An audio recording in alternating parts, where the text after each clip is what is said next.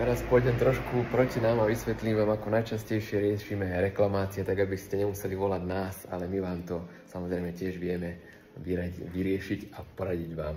Takže keď máte okno, ktoré začne tuto šúchať dole, že sa vám nejako ťažšie zaviera, alebo že nejde dobre zavrieť, tak najčastejšia príčina býva, že vám šúcha tuto dole.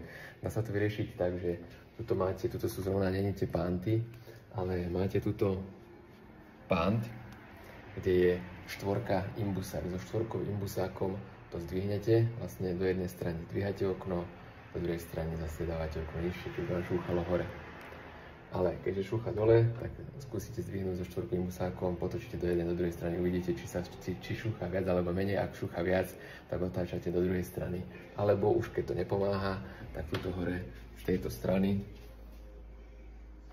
tak tam je buď Torx, alebo takisto tá štvorka imbusák, podľa toho, aké kovanie máte. No a tým, keď potočíte zase tiež hore-dole, tak to okno vlastne nakláňate takým štýlom ako na kolíske a tým zamedzíte tomu, aby vám šúchalo.